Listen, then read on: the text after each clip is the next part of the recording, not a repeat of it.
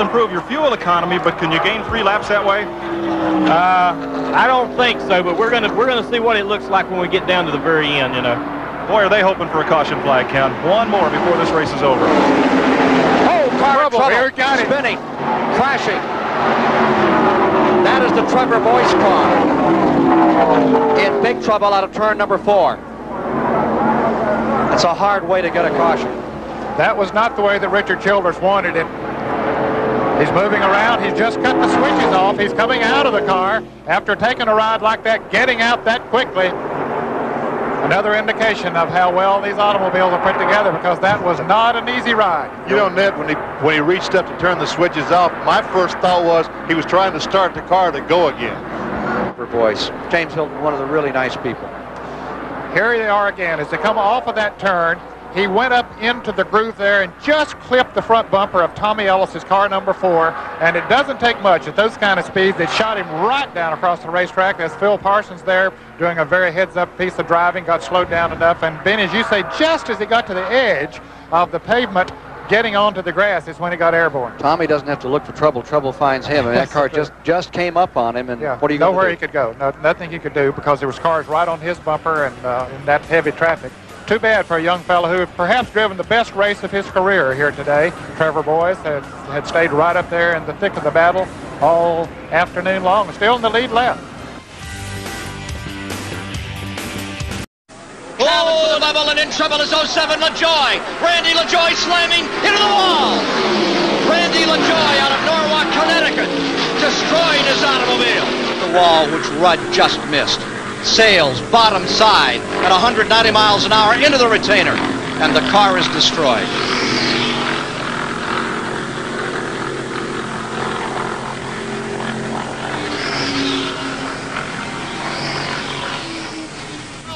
Ricky Rudd slamming toward the wall, crashing, rolling over.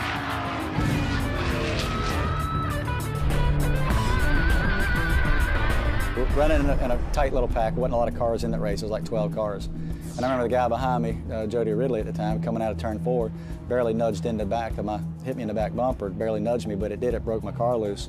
And when it did, it started sliding to the infield. About that time, it got airborne. The car went up. Everything got really quiet.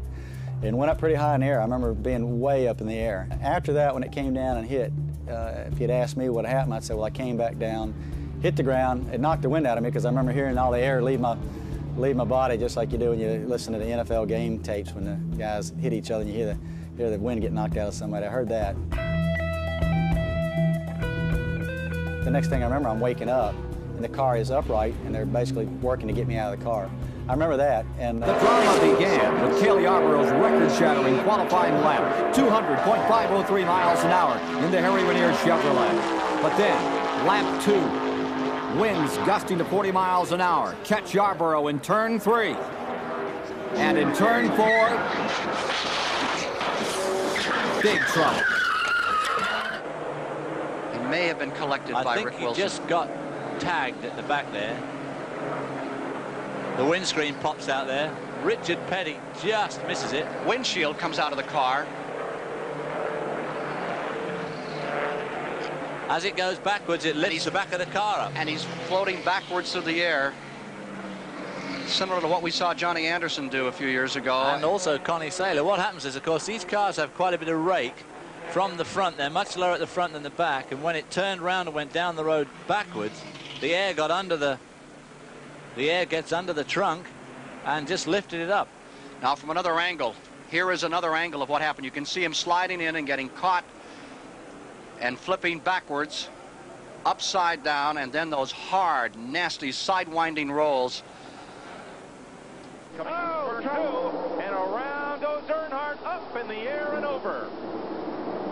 Trickle, and you can see Trickle, he must have gotten hit from behind and shot right straight into Earnhardt's car. You see Earnhardt's car lift, sets back down on the hood of Dick Trickle's car, then comes back down on its wheels. Richard is waving. Ernie Evans wins, and Rusty spins and gets airborne and flips wildly right at the start-finish line, very reminiscent of his accident at Daytona. Whoa, there's... and around she goes into Kenseth. Oh, gosh. Up in the air and into the wall. Hard. Man, Kenseth. Man, I thought he was going to catch the catch fence back there. The way it landed was... I am not believing that. Half and on his roof. Now the car tumbling hard onto the pavement in turn 3. Caution is out. We've heard. Oh, here's a car upside down. Big time crash upside down. It's Ryan Newman. See Kevin Harvick there. Marcus Ambrose. Ambrose is there, comes across. Harvick stops, and Newman's car comes to rest upside down on its roof. Where he left off before. One car spinning. The car number 41. Johnny Benson, as a car takes a roll as it slid backwards. Apparently the